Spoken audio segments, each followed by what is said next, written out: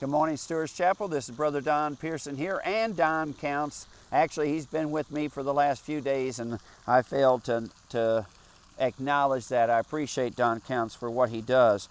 We're still looking at men and women that have crossed the boundaries that God had for them. They had no respect for those boundaries.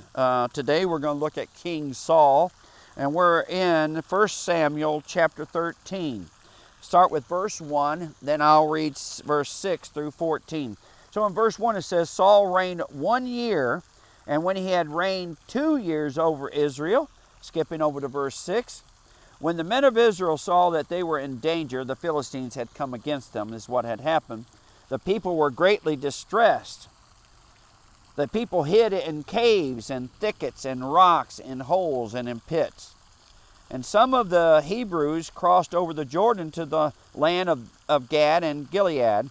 As for Saul, he was still in Gilgal, and all the people followed him trembling.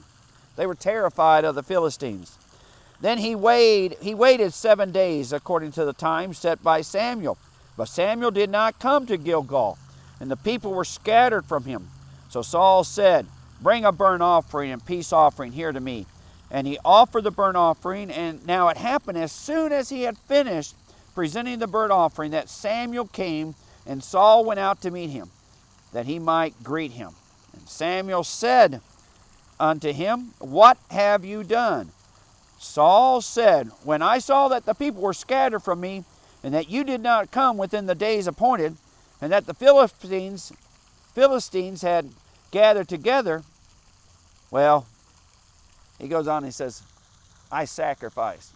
Well, Samuel says to him that because of that offense of them crossing that trespass against the boundary, that God had removed the kingdom from him. Now, I want you to think about that. He's in his second year. He doesn't last very long. Literally, it's almost like at the very beginning of the second year. He had a good first year. I've said many times, I want to end well.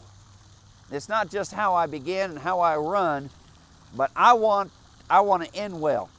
And I'll tell you, there's times when